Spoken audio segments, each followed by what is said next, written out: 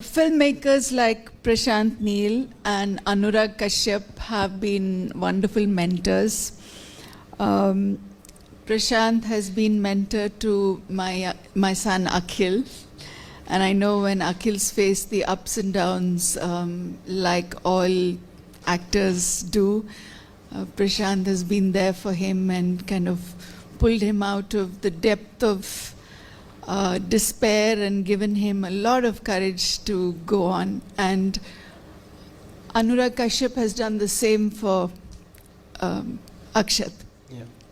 So in this spirit of mentoring and giving and helping the younger generation see the future, I would love to invite Prashanth to tell us his story, because everybody sees the success of KGF and they see what you were able to achieve and this glory, but nobody knows about the journey that got you there and the failures that you faced. So over to you. I came to the film industry on a whim and a fancy.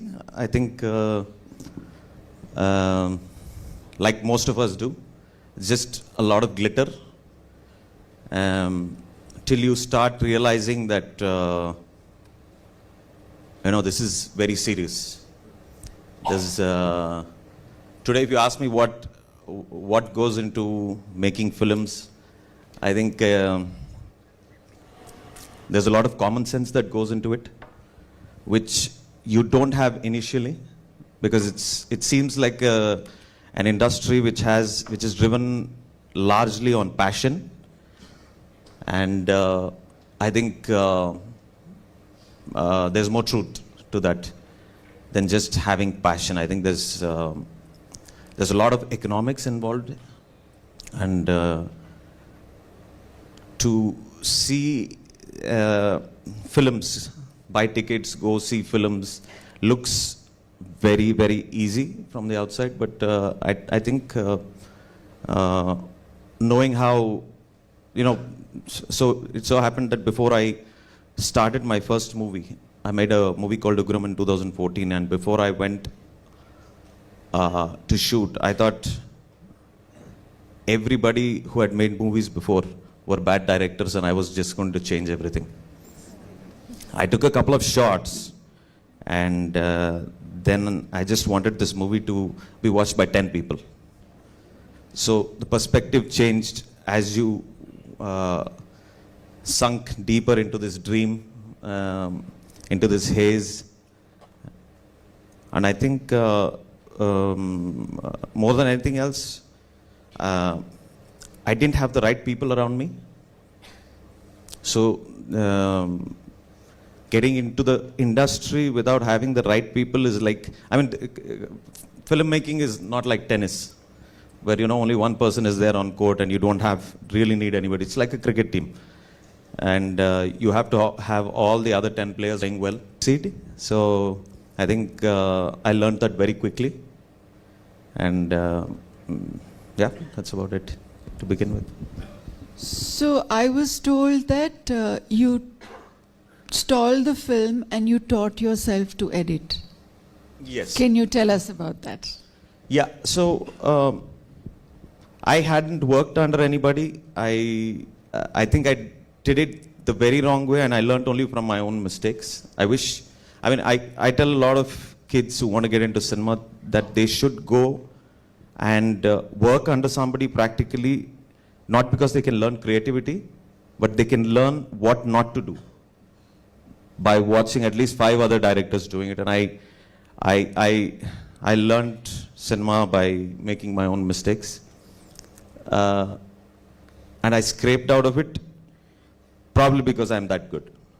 But I wouldn't suggest that to everybody. I don't usually like to tell those stories because it inspires. Because I sold the only piece of land that I had to make this movie.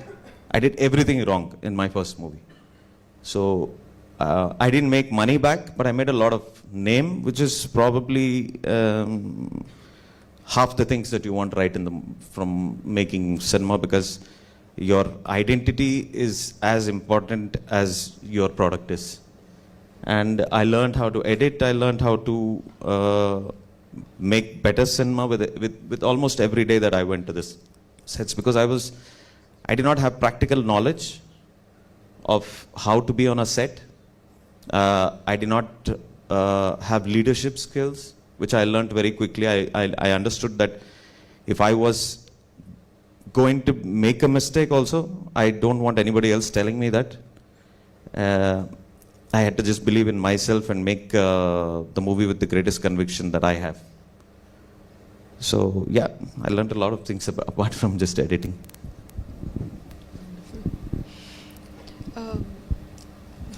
There were some questions that young filmmakers had for both of you, if I may refer to them. How do you cope with the self-doubt, and when things don't work out and you lose courage? How do you cope with that?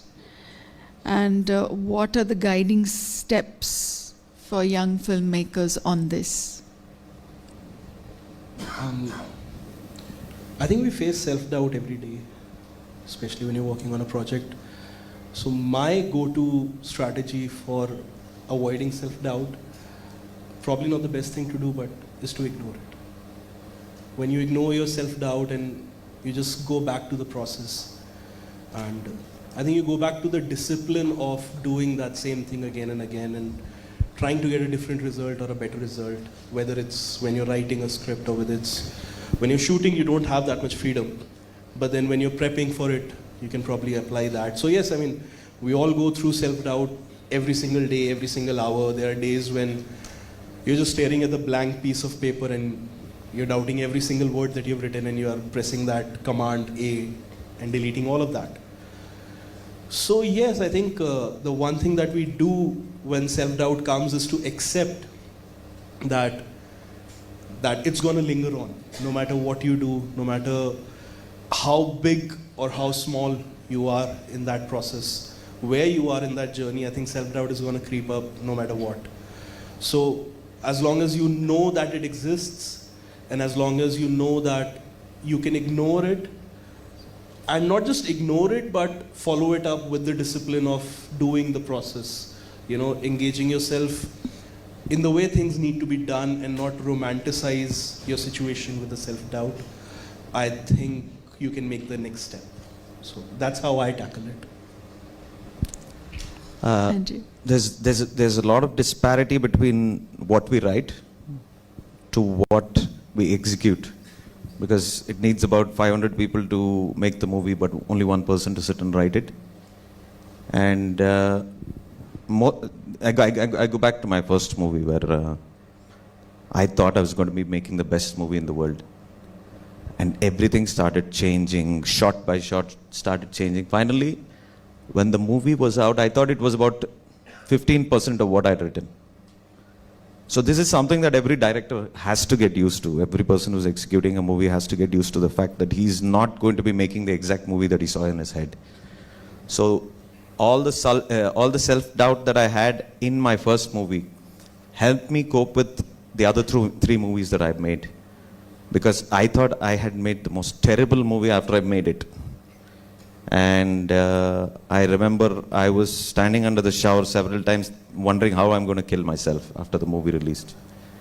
So, but when the movie came out, I realized that I had seen the movie so many times, that I have lost judgment of this movie, and probably the memory of